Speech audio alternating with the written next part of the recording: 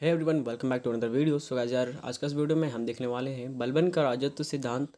और गाइस, इतिहास का पेपर कैसे लिखते हैं उसका मैंने पार्ट 1 बनाया था और मैंने बताया था कि पार्ट 2 अगले वीडियो में पार्ट 2 आएगा। तो हमारा पार्ट 2 ये है कि कैसे आप सबको इतिहास का पेपर लिखना है, कैसे आप सबको इतिहास का एग्ज़ाम देना है। तो हम वहाँ पे एक एग्जाम्पल के तौर पे बलबन का राजत्व सिद्धांत का क्वेश्चन हम लेने वाले हैं और इसका पूरा आंसर देने वाले हैं। तो अगर आप सब, ये क्वेश्चन जो है सेमेस्टर 4 का है, अगर आप सेमेस्टर 4 में हैं, हिस्ट्री ऑनर्स का है, तो आप सब ये क्वेश्चन ज़रूर से देख लें। और गाइस, हिस्ट्री से हैं आप तो ये वीडियो ज़रूर देखें ताकि आप सबको पता चल जाएगा कि कैसे आप सबको अपना आंसर देना है।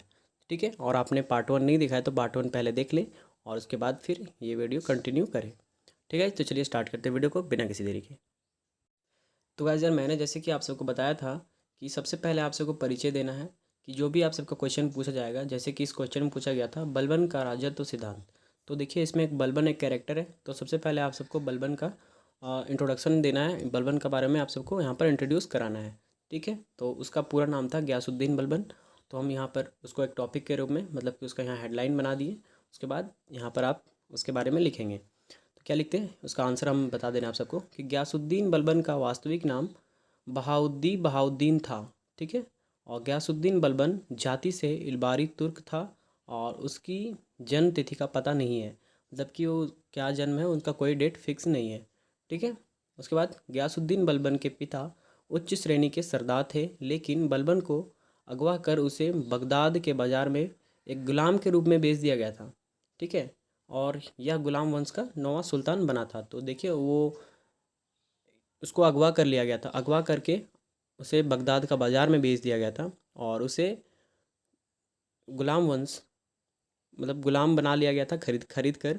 और वो बाद में अच्छे अपने कर्म से गुलाम वंश का, बोले तो मामलुक वंश जिसे बोलते हैं हमें, सबसे पहला जो दिल्ली सल्तनत का सबसे पहला जो वंश है वही है गुलाम वंश, मामलुक डायनेस्टी।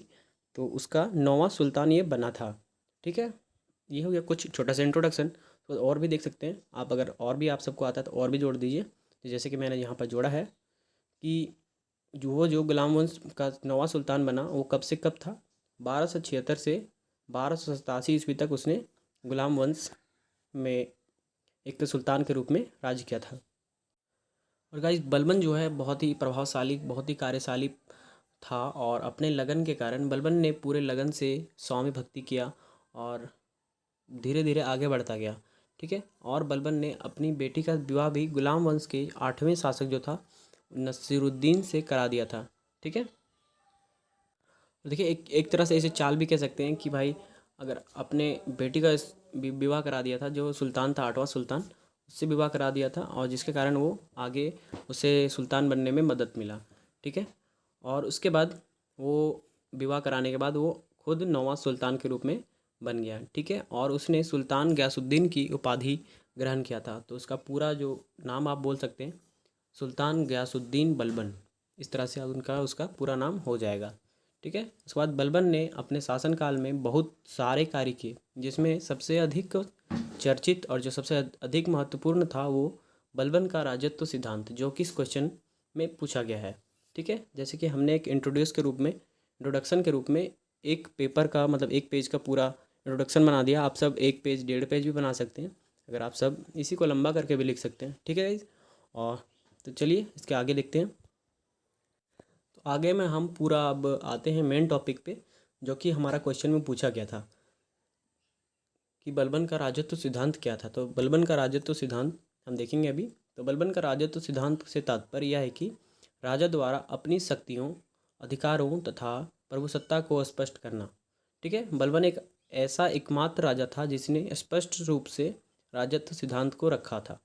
ठीक है, तो राजत्व सिद्धांत का मतलब ये है कि जो राजा है, राजा की शक्तियाँ, उनकी अधिकार जो है, उसको पूरा तरह से स्पष्ट करना। ठीक है, कि हमारा शक्ति ये है, हम ये कर सकते हैं, हमारा अधिकार ये है।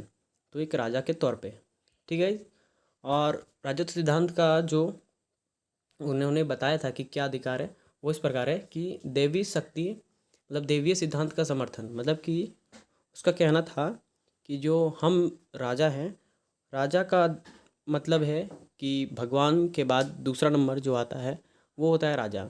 ठीक है, राजा से बढ़कर सिर्फ भगवान ही होते हैं और उससे और कोई नहीं। ठीक है, जो राजा करेगा वो ठीक है, और उसके अलावा और कोई उसको कुछ बोल नहीं सकता है।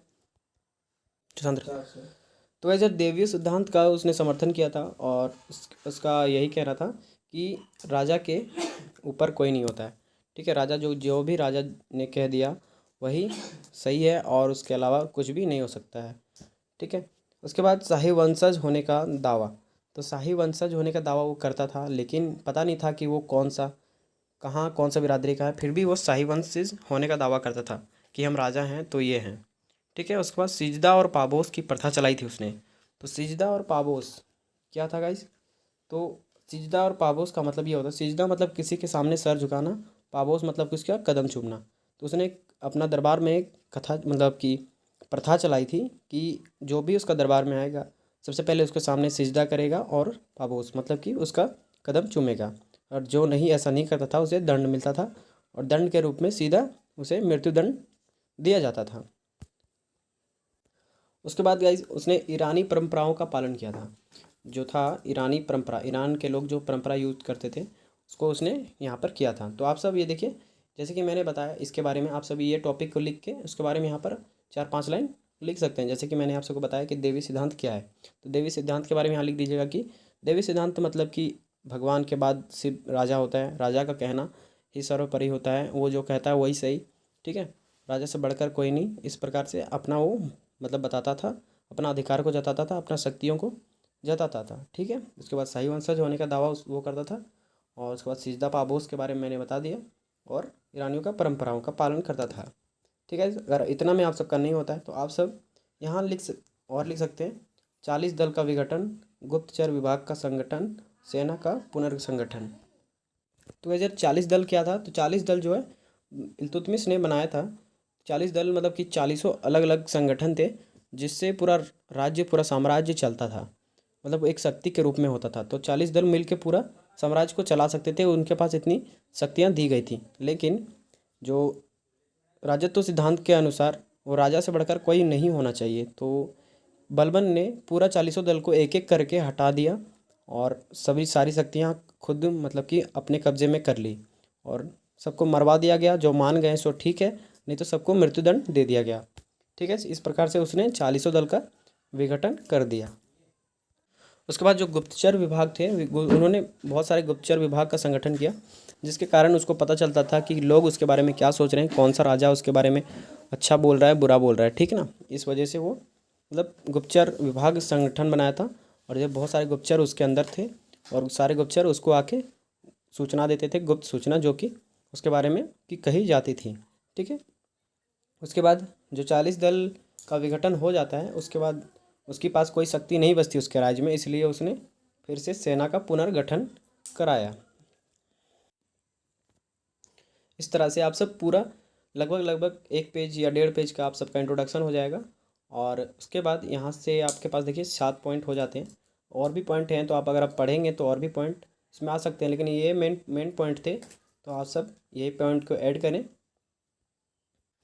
इससे आप सब यहाँ 4 पेज और 1 पेज उधर लिख सकते हैं। उसके बाद एक आप और भी एक्स्ट्रा जोड़ना चाहेंगे तो आप सब फिर से निष्कर्ष के रूप में आप सब लिख सकते हैं।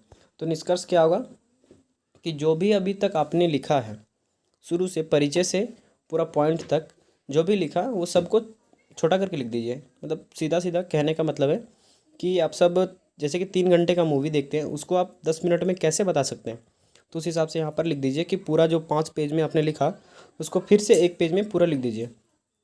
तो आप सबका टोटल 6 से 6.5 पेज आप सबका आंसर हो जाएगा, जो कि और पॉइंट वाइज भी हो जाएगा। तो आप सबका 15 में से 15 नंबर आ जाएंगे आराम से। 15 में से 14 नंबर तो ज़रूर ही दे देगा देखने वाला, जो जांच करने वाला रहता है वो गाइस।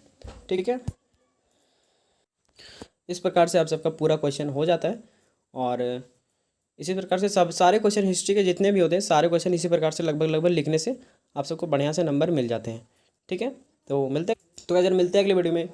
और अभी तक आप हमारे चैनल में नए हैं तो चैनल को सब्सक्राइब करके बेल आइकन को प्रेस कर लीजिएगा। Thanks for watching this video, मिलते हैं अगले वीडियो में, तब तक ले बाय बाय। जोहार झारखंड।